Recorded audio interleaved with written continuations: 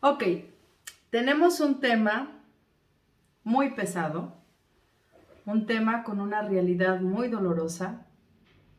Se llama el síndrome de la borrachera seca. Este tema es doloroso tanto para nosotros como adictos, como para la familia, porque realmente la familia vive también en una ilusión de que el cambio sea rápido, de que solamente sean 6 meses de contención, de rehabilitación y que todo vuelva a ser como antes. Y pues lamento decirles que no es así. Nuestra enfermedad va más allá de lo que ustedes puedan imaginarse. Por eso es tan importante que estén en constante psicoeducación, mientras ustedes como familia y nosotros como usuarios de drogas no aceptemos la enfermedad tal cual como lo es, una enfermedad crónica, una enfermedad mortal, pues seguiremos alargando y eternizando nuestra enfermedad. Ok, el síndrome de la borrachera seca, no debemos conformarnos con tan solo abstenernos de las sustancias, ¿sí? Y ahorita les voy a decir por qué. Todo esto está comprobado de manera científica y sobre todo en la experiencia.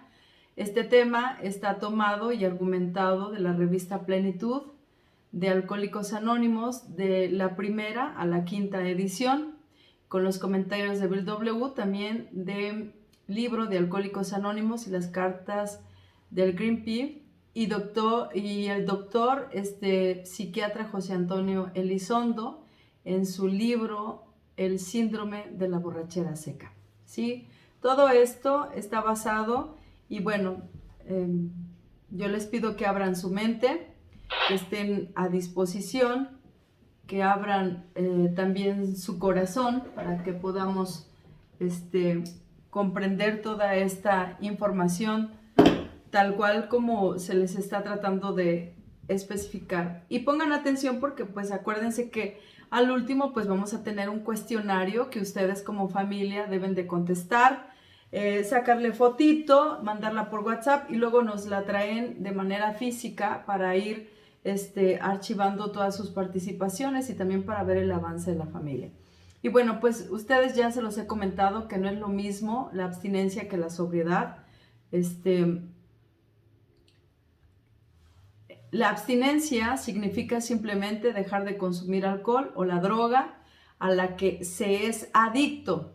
La sobriedad significa aprender a vivir en abstinencia mediante un continuo crecimiento emocional que permita alcanzar la madurez. En otras palabras, la suma de la abstinencia y la madurez constituyen la sobriedad. Muchos alcohólicos dejan de beber pero no crecen emocionalmente. Aunque sean abstemios, continúan siendo unos bebés emocionales y estas personas padecen lo que se llama el síndrome de la borrachera seca. Técnicamente le llamamos el SBS, síndrome de la borrachera seca. Ok, sigamos anotando porque son preguntas de examen también. Este síndrome es una forma de neurosis que padece el alcohólico en recuperación, quien solo se conforma con dejar de beber, impide la plenitud de la vida del alcohólico, provoca que persistan sus problemas familiares, laborales, sociales y que continúe la insatisfacción y la infelicidad. Asimismo, constituye una de las principales causas de la recaída de los alcohólicos. ¿Sí? En cada uno de las características, les voy a ir tratando de explicar poco a poco. Es mucha la información, por eso este tema lo vamos a dar en dos partes. Lograr la abstinencia es tan solo el fin del principio, ¿sí? Lograr la abstinencia es tan solo el fin del principio. El verdadero camino hacia la recuperación comienza en el momento cuando se alcanza una absoluta convicción de la abstinencia, cimiento donde se construirá el edificio de la sobriedad duradera. ¿Cuáles son los síntomas de la borrachera seca? Bueno, pues vamos a comenzar. En este tema caminaremos en un pequeño pero muy productivo análisis de la borrachera seca. Tanto el consumidor como la familia del consumidor deben estar informados de esta terrible enfermedad del alma. Los síntomas en otro tipo de adicciones será considerada y pensada en duplicar el síntoma. Abriremos nuestra mente para comprender la enfermedad, se los pido que así sea. Consumir drogas o alcohol es solamente el síntoma a una verdadera enfermedad emocional. Por lo tanto, el consumidor debe aceptar su derrota ante cualquier sustancia y también una realidad neurótica con la que tiene que lidiar durante toda su existencia. Y lidiar me refiero a seguir en el programa de AA, ¿sí? Al principio se tiene que lidiar y después esto se convierte en un hábito que nos abre un panorama más sano, tanto emocional como físico. Vamos con el primer síntoma. Fíjense, el primer síntoma es la inmadurez e infantilismo, estancamiento del crecimiento emocional y persistencia de las dependencias. Los adictos somos dependientes, la familia es codependiente. Somos dependientes porque cuando no dependemos de una droga, dependemos de una persona, dependemos de las emociones de los demás, dependemos de las palabras de los demás, dependemos económicamente también, ¿sí? Y en muchas ocasiones es de los demás y en otras ocasiones dependemos de la economía en general. Bueno, el niño rey con dinero y sin dinero, hago siempre lo que quiero y mi palabra es la ley. No tengo trono ni reina, ni nadie que me comprenda, pero sigo siendo el rey. Esta es una canción popular mexicana de José Alfredo Jiménez que muchos de ustedes conocen y que es el himno de todo alcohólico inmaduro, infantiloide y pueril. El niño rey es una de las características principales del perfil psicológico de los alcohólicos. Es la inmadurez emocional. En la psicobiografía de la mayor parte de los adictos, al alcohol encontramos antecedentes de rechazo afectivo, sobreprotección o responsabilidad prematura. Estas vivencias infantiloides determinan un retraso en el desarrollo de su personalidad que da lugar a que este tipo de personas sean inseguras, estén constantemente ansiosas, sean egocéntricas, con baja autoestima y una serie de complejos que impiden un óptimo desarrollo de su personalidad, ¿sí? Poco a poco les vamos a ir conociendo. Yo sé que la familia está ahorita diciendo, ay, sí es así, palomita, palomita, este hijo del maíz, esta hija del maíz. Sí, pero lo tenemos que ver como una enfermedad, no como un defecto, no como una deficiencia. Esto es una enfermedad y actuamos sobre nuestra enfermedad. Por eso es tan importante que ustedes como familia también tengan la suficiente información de su enfermedad de ustedes, porque nada más tienen esta parte de la conciencia de conocer más al adicto, de conocerse a ustedes mismos como familia. Fíjense, al llegar a la adolescencia surge una serie de fenómenos de aparición de los caracteres sexuales secundarios, la atracción por el sexo opuesto, la necesidad de ser aceptado en su grupo de iguales, la búsqueda de una identidad propia y una mayor presión social para el cumplimiento de responsabilidades escolares, familiares y sociales. Estos frutos alcohólicos, al enfrentar esta serie de presiones, generan una gran angustia que se produce un intenso malestar psicológico y al mismo tiempo mucha frustración al sentirse incompetentes para satisfacer esas necesidades. Es así como este inseguro, angustiado, alcohólico, encuentra en el alcohol una muleta emocional que le ayuda a sobrecompensar sus limitaciones psicológicas. De esta forma se inicia una carrera que empieza por el uso continuo, con el hábito, sigue con el abuso y termina con la adicción al alcohol, ¿sí? Así es como nos vamos formando en alcohólicos. Luego, aquí tenemos las principales características. Ahorita que vamos a tocar el primer síntoma, vamos a hablar un poco también de las características. Son preguntas de examen.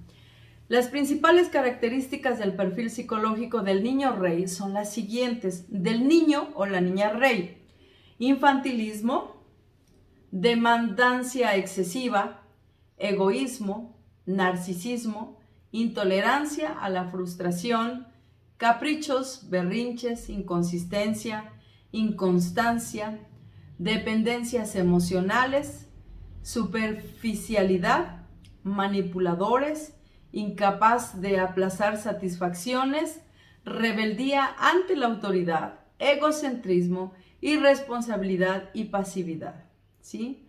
Estas son algunas de las características del perfil psicológico del niño rey. Los factores socioculturales también han influido mucho en el desarrollo del perfil psicológico del niño rey. El machismo, sobreprotección maternal, ¿sí? La sobreprotección de la mamá hace hombres misóginos.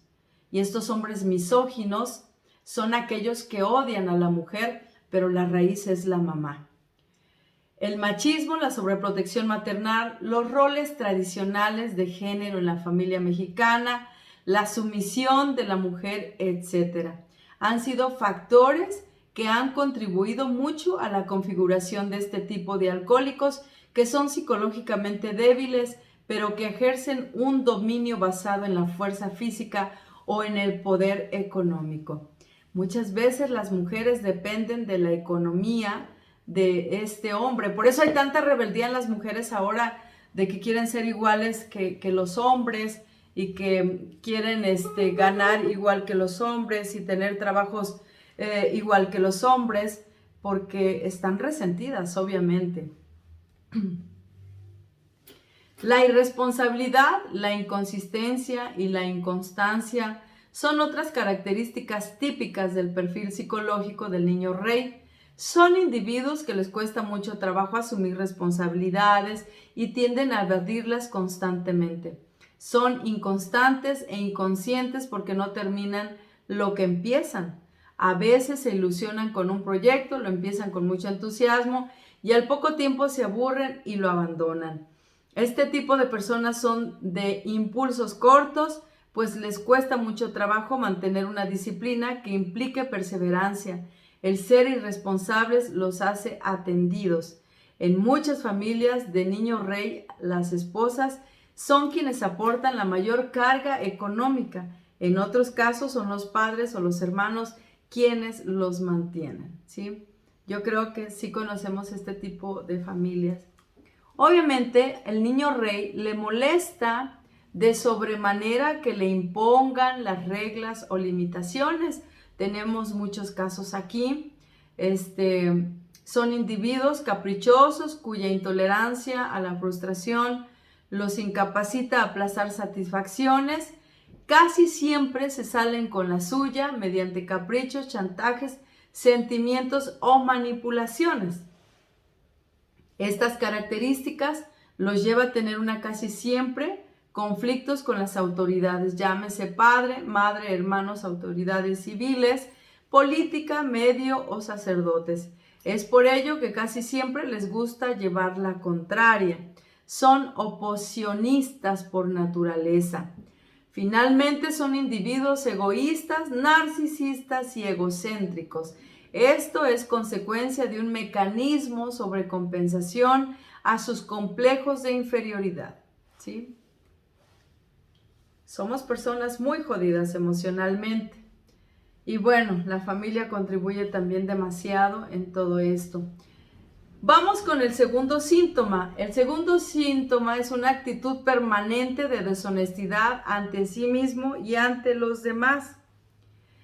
Maestros de la excusa y campeones del pretexto. El gran problema de la mentalidad del alcohólico es que la mentira y la deshonestidad fueron utilizadas tanto tiempo para justificar su conducta adictiva que quedó condicionada en la mente como un mecanismo automático que le cuesta mucho trabajo manejar en la etapa de recuperación. Por eso se les dice que deben de tener un guía, de que deben de tener una madrina o un padrino que les guíe. En el proceso de recuperación del alcohólico y del adicto en general, uno de los elementos que más trabajo le cuesta lograr al que se está rehabilitando es recuperar la confianza de los demás. De hecho, uno de los objetivos claves en la rehabilitación de los adictos es recuperar la confianza de los demás, especialmente de sus seres queridos. Lo escuchábamos también el día de hoy en la junta.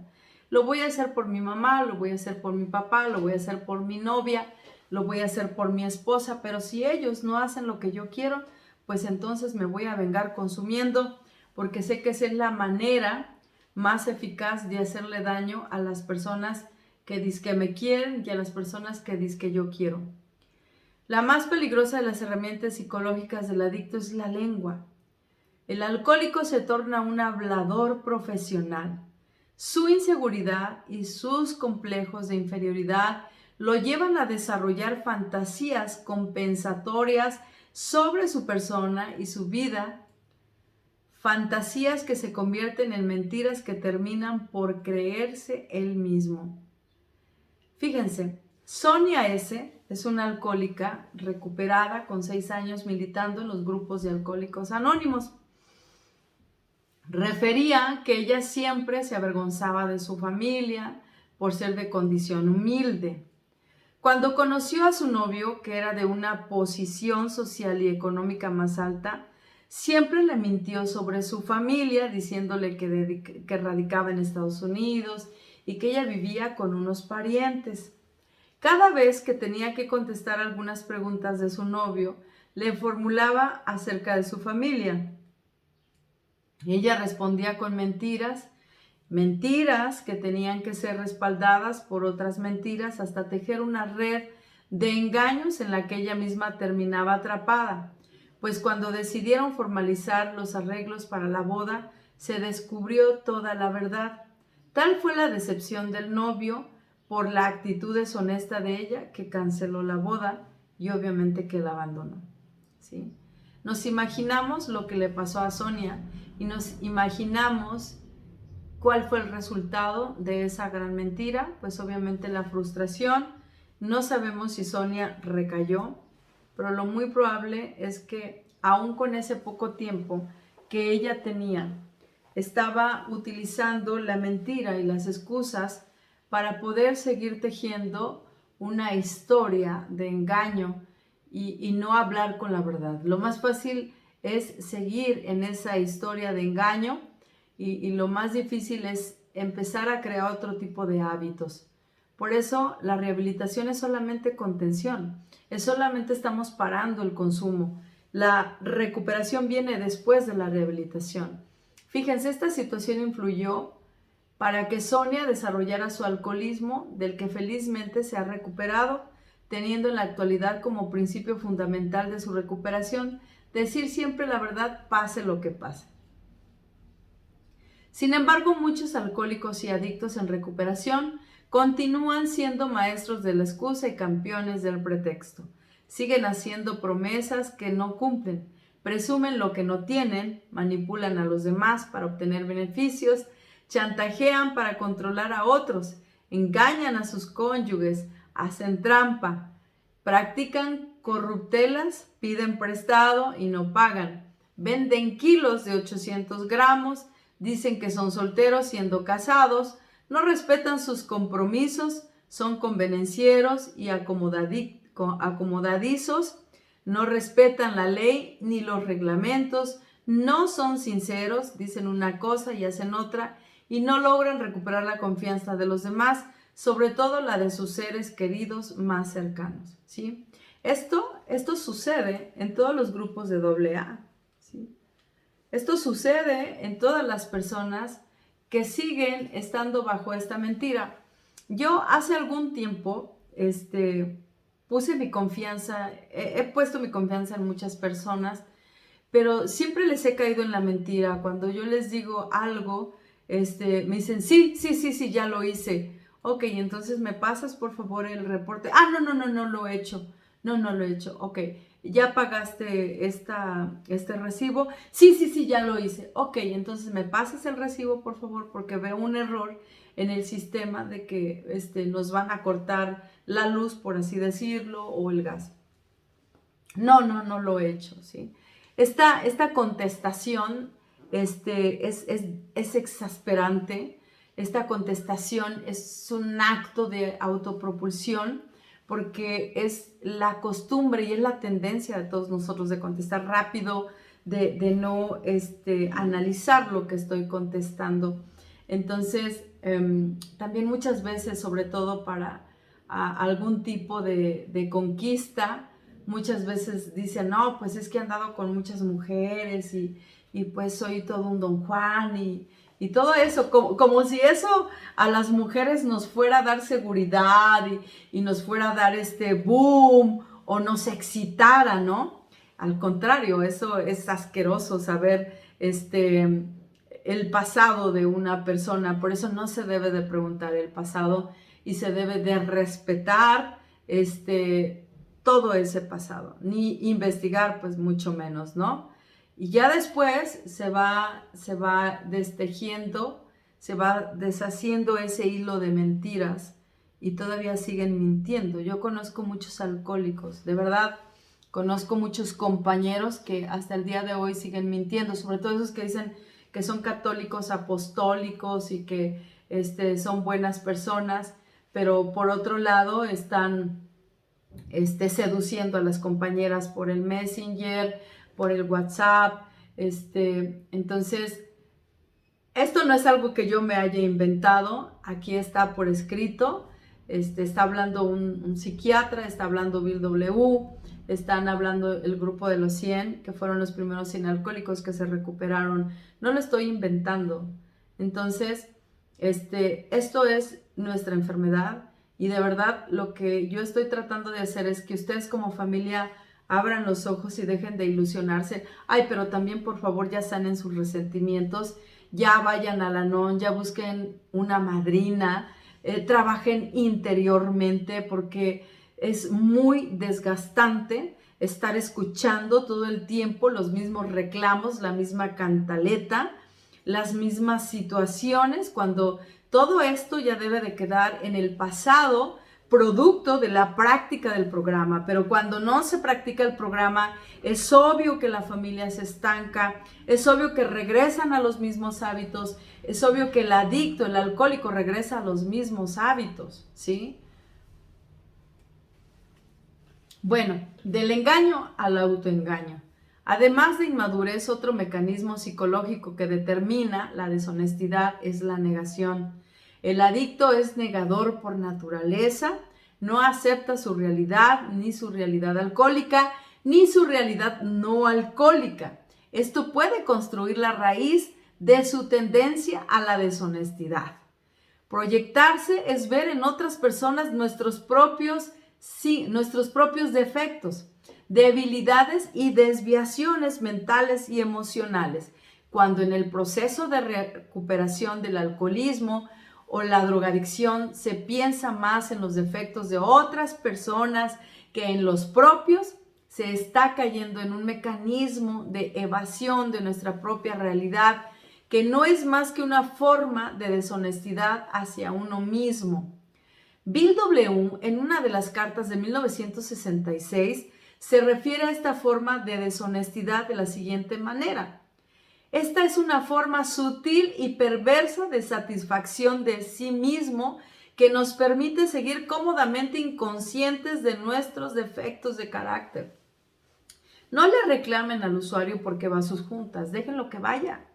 Dejen que la madrina y el padrino le dé su ubicadita emocionalmente, ¿sí? No sean cómplices de seguir contribuyendo y alargando la enfermedad del alcohólico drogadicto. Dejen que sigan en su programa. y ustedes como familia sigan en su programa de Al-Anon. O sea, también ustedes dejen de ver los defectos del alcohólico, vean sus propios defectos y trabajen en ello.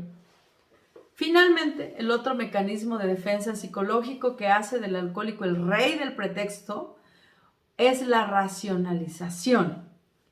El alcohólico y el adicto a drogas siempre racionalizaron su necesidad compulsiva de alcohol y de drogas al tratar de justificar con pretextos el por qué consumían. Una vez que dejan el alcohol o las drogas, siguen racionalizando alrededor de su realidad no alcohólica, ¿sí? Racionalizan sus actitudes deshonestas en su hogar o en su trabajo. Siempre encuentran un pretexto para justificar por qué no han cumplido una promesa o no terminaron un proyecto o no terminaron la escuela, no terminaron la secundaria, no terminaron la preparatoria, no terminaron la universidad. Ya no beben, ya no consumen drogas, pero siguen fallando, siguen fracasando, siguen saboteando el éxito y siempre encuentran un pretexto para salir bien librados y no aceptar su verdadera realidad, ¿sí? ¿Honestidad absoluta? La pregunta es, ¿honestidad absoluta? Todo lo anterior no quiere decir que la única forma de no padecer una borrachera seca sea practicar una férrea absoluta y una fundamentalista honestidad. Solo Dios puede saber lo que es honestidad absoluta. Por lo tanto, cada uno de nosotros tiene que formarse una idea de lo que puede ser este magnífico ideal según su propia capacidad, nivel de crecimiento, nivel de desarrollo dentro del programa, nivel de desarrollo espiritual. En otra de sus cartas de Bill W. en 1966 afirma: falibles como somos y que seremos todos en la vida, sería presuntuoso creer que pudiéramos en realidad lograr la honestidad absoluta. No podemos hablar de absolutos. Lo mejor que podemos hacer es esforzarnos por mejorar la calidad de nuestra honestidad, ¿sí? Ay, no, es que yo soy 100% honesto, papá, mamá, yo soy 100% honesta, esposa, esposo, no, tenemos que ser sensatos en este sentido. Lo anterior constituye una característica de la sobriedad, que es el equilibrio. En la superación personal del alcoholismo y en la recuperación hay que evitar los perfeccionismos y los fundamentalismos y la honestidad absoluta.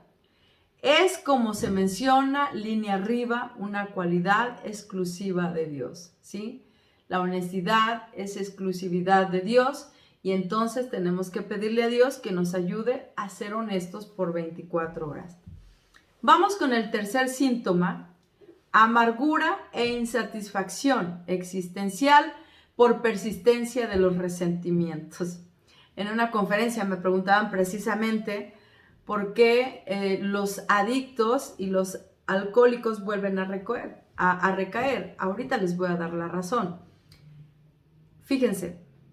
De este tercer síntoma vamos a hablar del escorpión amargado. Yo sé que por aquí hay muchos escorpiones amargados.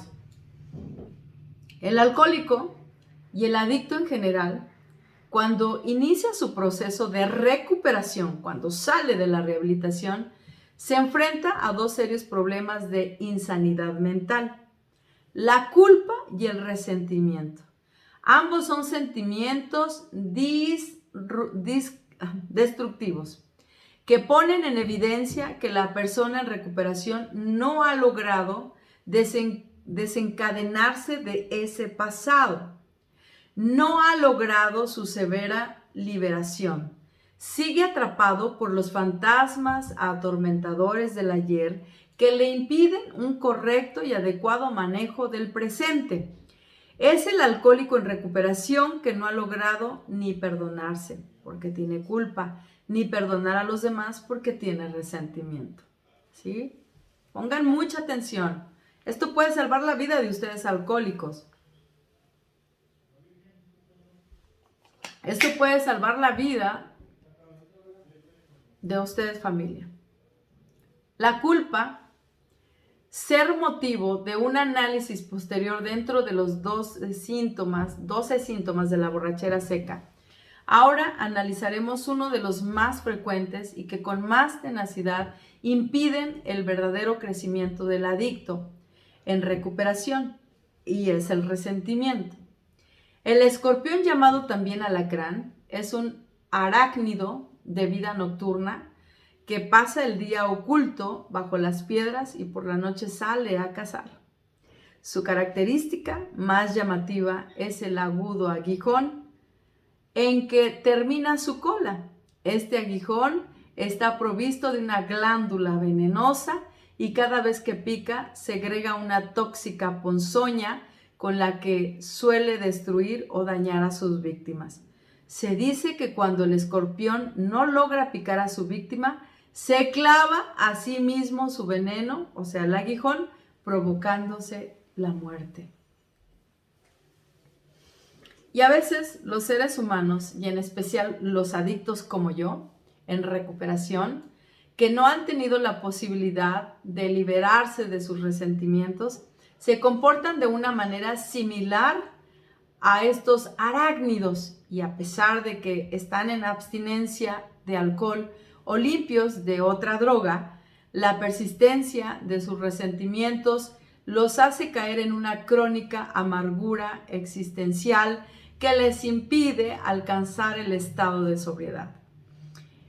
Este es otro tipo de borracho seco a quien hemos nombrado el escorpión amargado. Por acá en Facebook, ¿hay algún escorpión amargado por acá? Aquí en YouTube o aquí en Meet, ¿hay algún escorpioncillo por ahí amargado que se nos haya colado? Porque no quiero ofender, ¿ok? Porque no quiero ofender a nadie que diga, oh, no, pues es que la madrina me dijo que soy un escorpión amargado, ¿sí? Yo sé que hay muchos escorpiones amargados.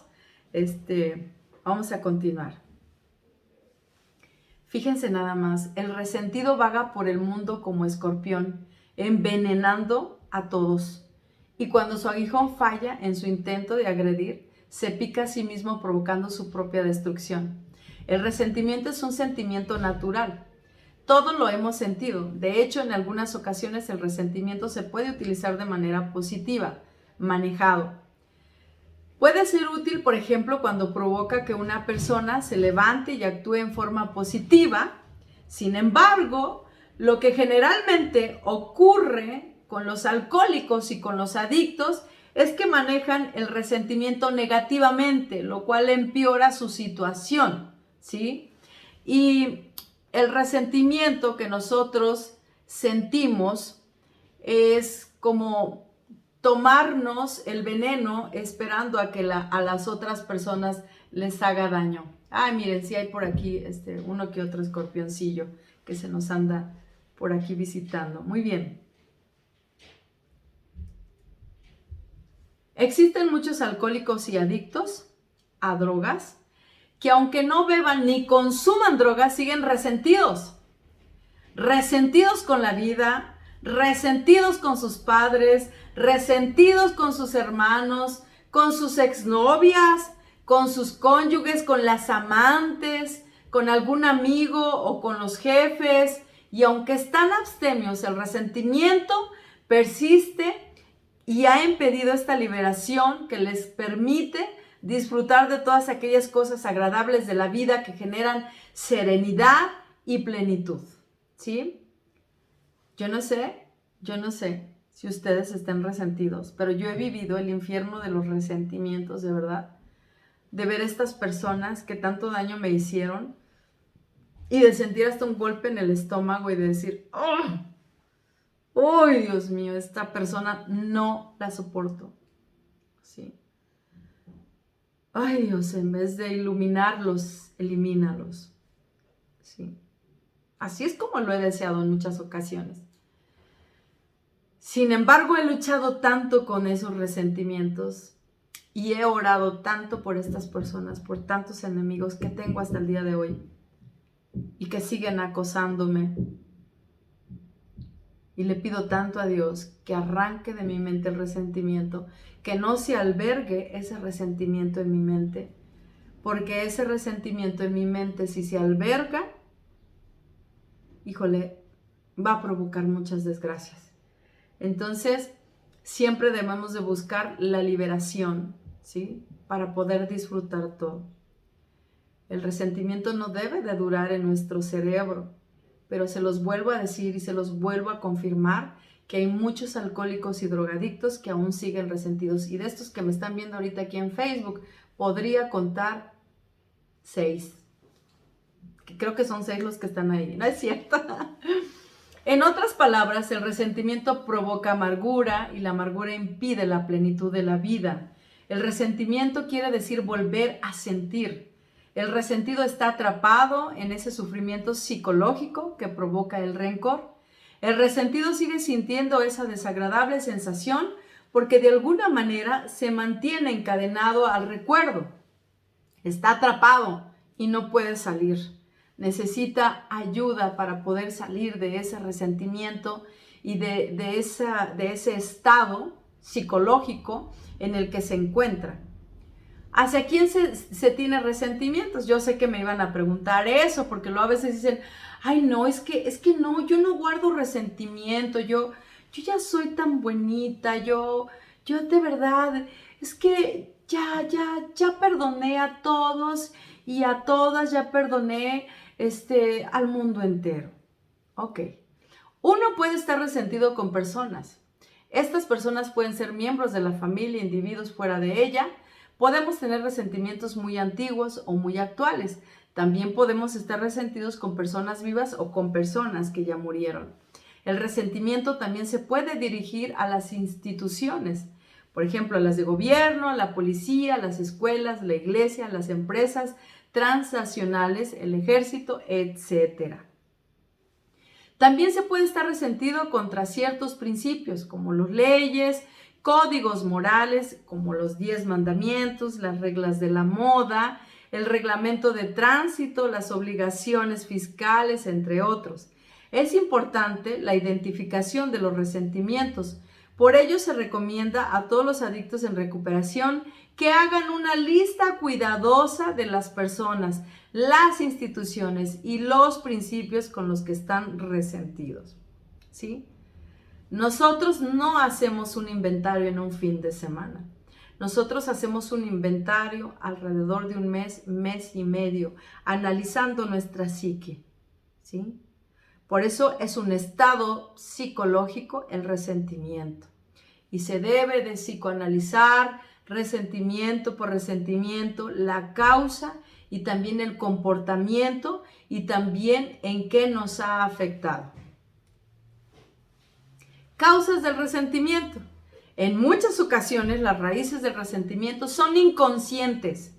Por eso dejen de criticarnos tanto a los drogadictos, ¿sí? Las raíces del resentimiento son inconscientes y ciertos mecanismos de defensa psicológicos impiden a la persona llegar a las verdaderas causas, por lo que en estos casos se hace necesaria la ayuda de un psicoterapeuta profesional que ayude a esclarecer los verdaderos motivos.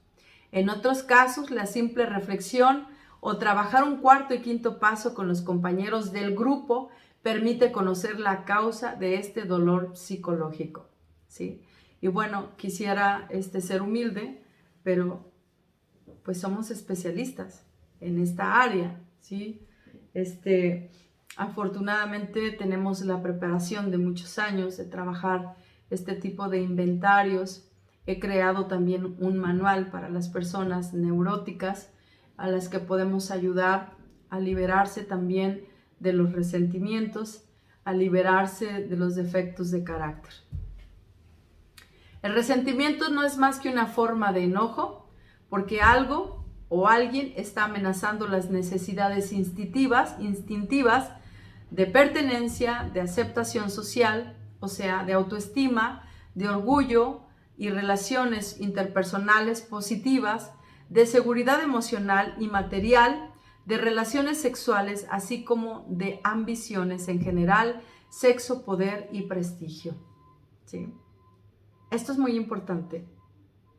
Hay muchas personas que suben, que tienen un centro de tratamiento o alguna clínica, ¿no?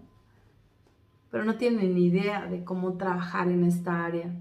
Y es muy peligroso, porque estamos trabajando con vidas y es muy peligroso ponerse en el lugar de Dios, ¿sí? Es muy peligroso el querer hacer un inventario en 2 o 3 días, ¿sí? Nada de eso viene en el 5º capítulo del libro de Alcohólicos Anónimos. Sugiere Bill W. que se haga un inventario como él lo hizo.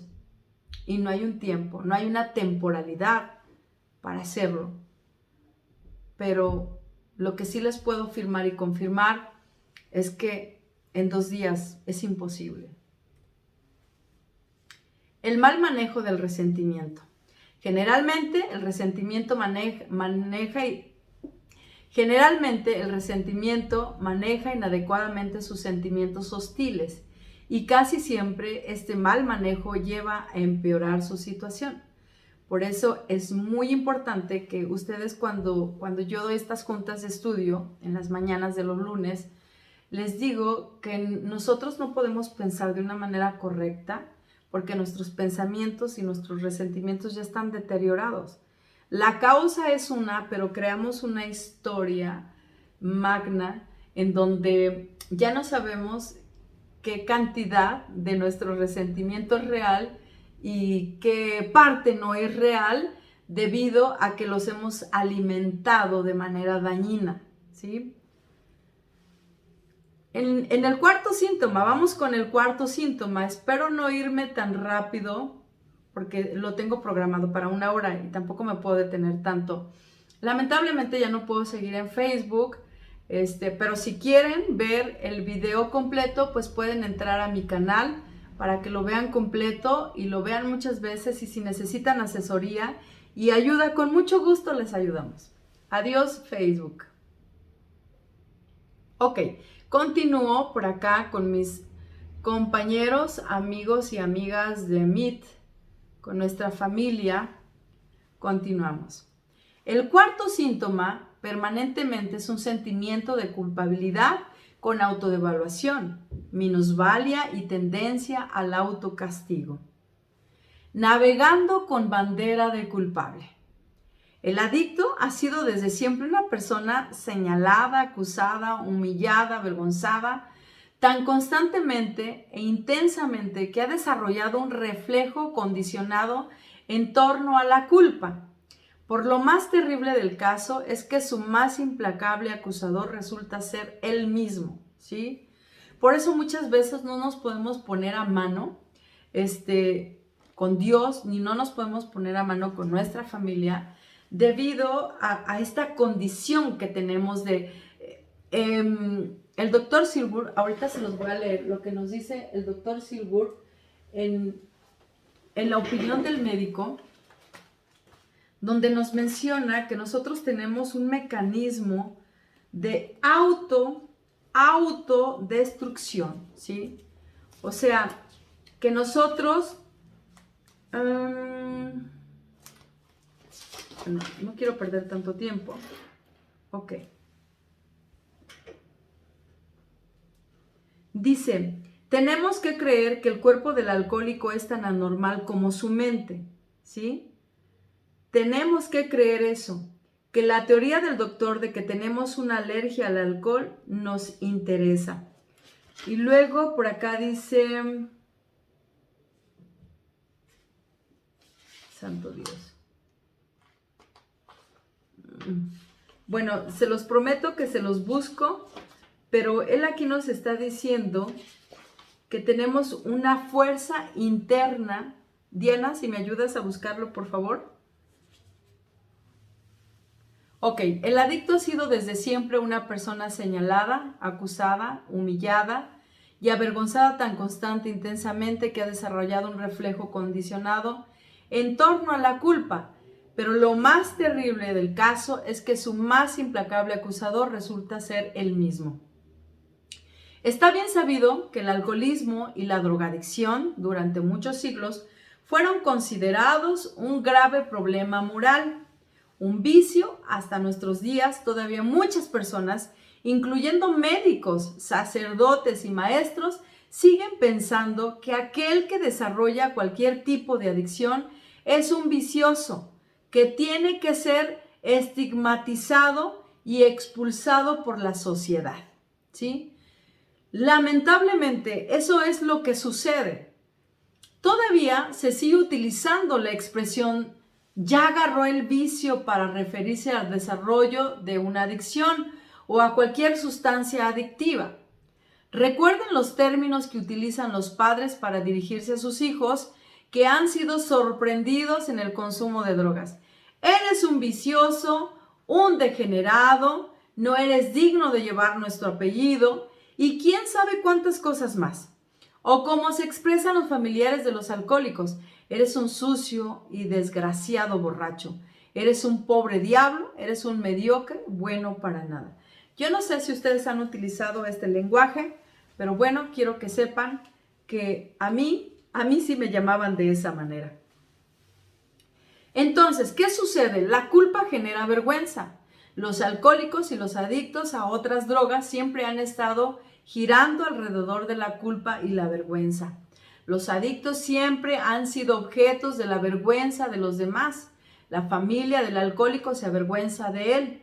No se habla del problema en público, pero en privado siempre lo están agrediendo y humillando y dándole chinga y jode. Los hijos del alcohólico no quieren llevar a sus amigos a la casa, pues sienten vergüenza de sus padres. Los padres de los consumidores de droga ilegales no quieren hablar del problema y se convierte en un secreto y en un tanto. Los propios adictos no quieren aceptar que tienen un problema, pues aceptarlo sería reconocer que tienen un horrible vicio. En otras palabras, el alcohólico y el adicto a drogas se avergüenza de sí mismo. El saboteo al éxito y el "no me lo merezco". Un miembro de AA repetía en su catarsis de tribuna una y otra vez: la cruda física es lo menos que duele, pero la cruda moral es un sufrimiento insoportable, es un tormento intolerable que hace que te odies más a ti mismo, es un tormento que vayas perdiendo gradualmente tu autoestima y que te sientas el peor de los humanos, el más detestable. Te sientes algo peor que basura, un detestable escupitajo. La culpa genera vergüenza. La vergüenza provoca autodevaluación y minusvalía. Todo esto da lugar a un sentimiento de autorrechazo y odio a sí mismo, lo cual produce una necesidad neurótica de expiración. Creo que vamos entendiendo cada vez que nosotros vamos entendiendo que esto es una enfermedad, buscamos la solución a nuestra enfermedad. Mientras ustedes nos sigan diciendo que somos viciosos, que somos unos buenos para nada, nosotros seguimos entendiendo que somos buenos para nada porque estamos tratando de controlar nuestra manera de consumir con nuestros recursos personales. Y nuestros recursos personales están muy jodidos. Nosotros no podemos. Pero por eso hay una solución para esta enfermedad. Hay una solución que es espiritual. El doctor Silgur dice que nosotros siempre nos vamos a sentir inquietos, irritables y descontentos cuando no consumimos. Por lo tanto, la única solución es un cambio psíquico completo, ¿sí? Un cambio psíquico completo. El cambio psíquico completo solamente puede ser a través de una experiencia espiritual, a través de practicar los 12 pasos, que cada paso tiene experiencias espirituales, en la manera que vayamos practicando el principio de cada paso. Ok, me voy rápido. Cuando el alcohólico o el adicto a drogas se derrota a sí mismo, y toma la decisión de la abstinencia, y en esos momentos se incorpora a un grupo de autoayuda o acuden con un profesional, llegan con ese terrible lastre de culpa, vergüenza, odio y rechazo hacia sí mismo, lo cual les impide alcanzar la sobriedad.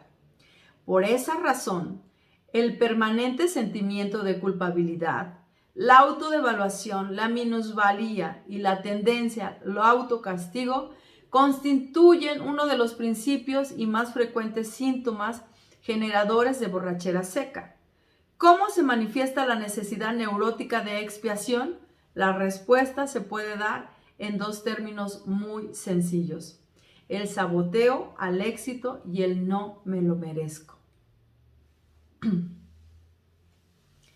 Como en el adicto, el sentimiento de culpa se ha vuelto un reflejo. Como en el adicto, el sentimiento de culpa se ha vuelto un reflejo condicionado ante cualquier conducta que desarrolle, va navegando por la vida con bandera de culpable.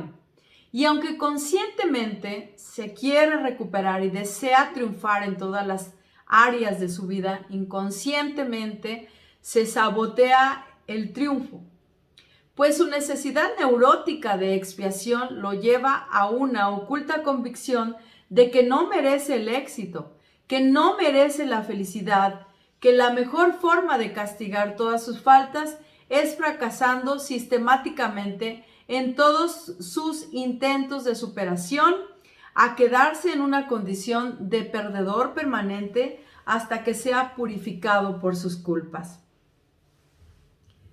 ¿Ok? Culpa, resentimiento, amargura, depresión y baja autoestima. La culpa va muy ligada al resentimiento. Casi todos los que no se han logrado liberar de sus resentimientos tampoco se han podido liberar de la culpa, y eso también se los firmo donde ustedes quieran. Es un ancla atorada en el pasado. Todo resentimiento lleva implícito algo de culpa, y toda culpa lleva implícita algo de resentimiento. El culpable y el resentido ni se perdona ni tampoco ha perdonado. Por eso la fórmula más recomendada para superar estos resentimientos y sentimientos indeseables es perdónate y perdona. Algunas preguntas para evitar la culpa. Las culpas justificadas. Ya vimos cómo la culpa aumenta la baja autoestima. Si el adicto ya se sentía menos que los demás antes de empezar a consumir alcohol o drogas, y durante su adicción, esta baja autoestima todavía se hizo más determinación de liberarse de sus culpas. ¿Cómo se logra esto? Adquiriendo un concepto de nosotros mismos más fuertes y positivos, y mantenerlo más allá de nuestra pericia o falta de ella en cualquier ámbito particular, y más allá de la aprobación o desaprobación de cualquier otra persona. Del círculo vicioso al círculo virtuoso. No solamente la autoafirmación en sus propios valores va a lograr la liberación de la culpa, también son importantes otros valores como la aceptación y la responsabilidad. No solamente la autoafirmación en sus propios valores va a lograr la liberación de la culpa, también son importantes otros valores como la aceptación y la responsabilidad. Perdón, ahí lo puse dos veces. Muchos alcohólicos, por ejemplo, aceptan su enfermedad de boca para afuera, pero en su yo interno siguen pensando que son unos viciosos. El pensar que uno es vicioso genera culpa. El pensar que uno padece una enfermedad incurable, pero controlable, genera responsabilidad.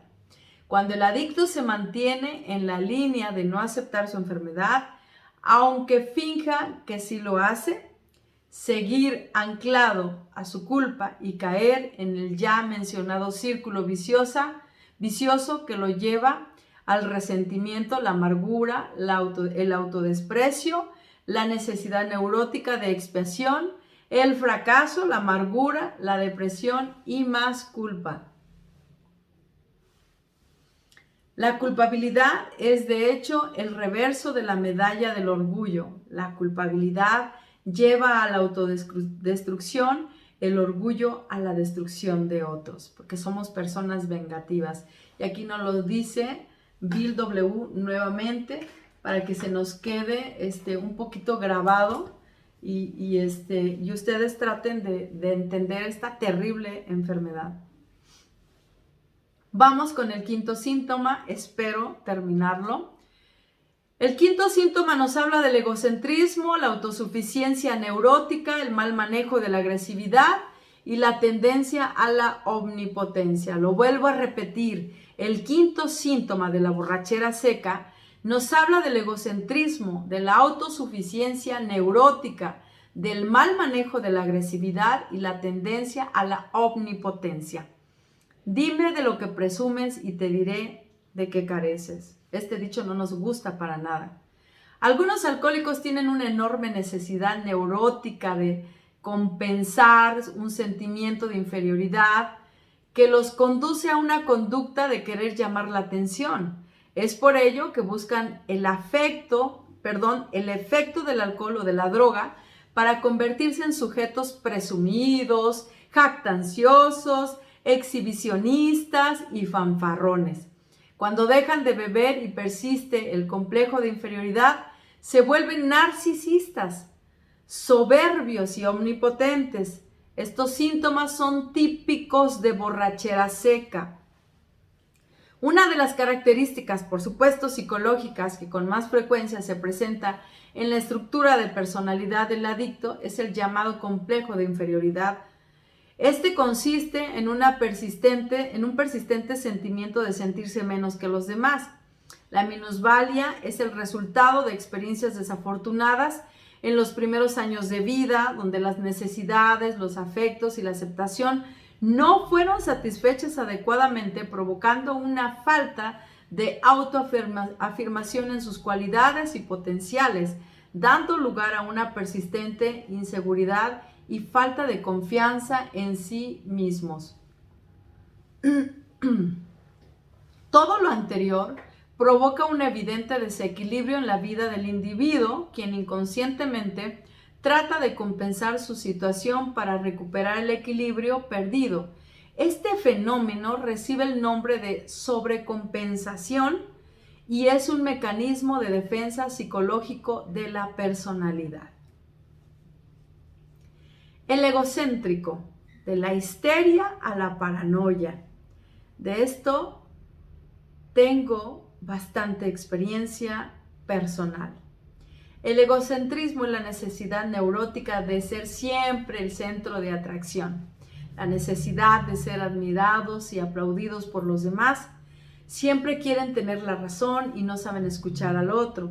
Evidentemente, una necesidad enferma, consecuencia de su temor a no ser aceptados, a ser rechazados por los demás, de no ser tomados en cuenta.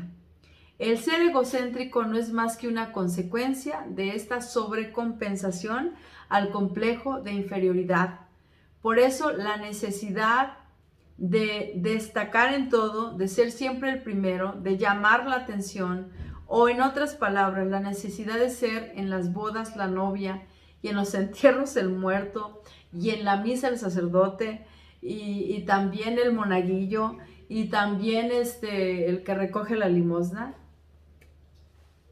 Bueno, la psiquiatría define el egocentrismo como una disposición mental que mueve a los individuos a referirlos, todos ellos, y no abordar los problemas que se plantean, sino desde su punto de vista estrictamente personal, con menosprecio de los intereses vecinos o del interés general. Estos sujetos carecen totalmente de sentimientos altruistas.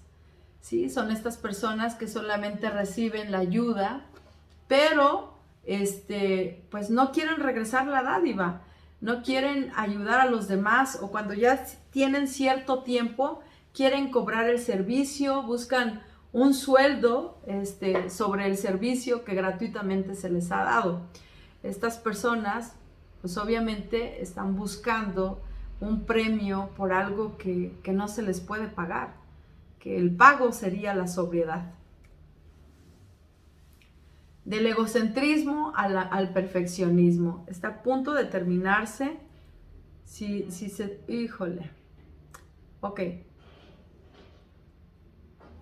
Del egocentrismo al perfeccionismo. Ahora bien, ¿qué pasa con estos alcohólicos exhibicionistas, jactanciosos, fatuosos, fanfarrones y con fantasías de grandiosidad cuando dejan de beber? Los que trabajan bien en su crecimiento emocional mediante el programa de 12 pasos de una psicoterapia profesional o con ambas, logran paulatinamente una mayor seguridad y autoafirmación, mejorando su autoestima y logrando un mejor equilibrio emocional, disminuyendo las tendencias egocéntricas y desapareciendo las conductas sobrecompensatorias.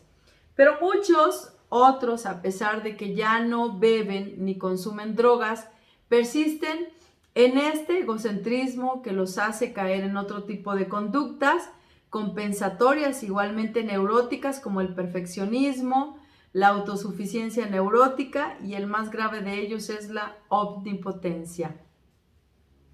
Muchas esposas o hijos de miembros de AA se quejan de que su familiar, aunque no consume alcohol ni drogas, se ha vuelto una persona muy perfeccionista, exigente, que todo lo ve mal y que solo se dedica a criticar y a corregir a todo el mundo. Una esposa de un alcohólico se quejaba de que su marido, aunque lleva casi 3 años sin beber, se había vuelto una persona eternamente malhumorada y amargada, que ya no quería ir a fiestas, que dejó de frecuentar a sus amigos y que fuera de su trabajo se la pasaba eternamente encerrado en su casa, regañando a sus hijos y criticando todo aquello que según él estaba mal hecho. Este es un caso típico de alcohólico que brinca de un extremo a otro. El perfeccionismo no es más que otro mecanismo de sobrecompensación del alcohólico que ya no toma, o que el adicto que ya no está consumiendo en su yo interno sigue pensando que son menos que los demás, que valen muy poco, que siguen siendo culpables, que no están perdonados, que no tienen habilidades o capacidades. Entonces tratan de compensarse volviéndose perfeccionistas. Orgullo, soberbia y omnipotencia. Dice Bill W.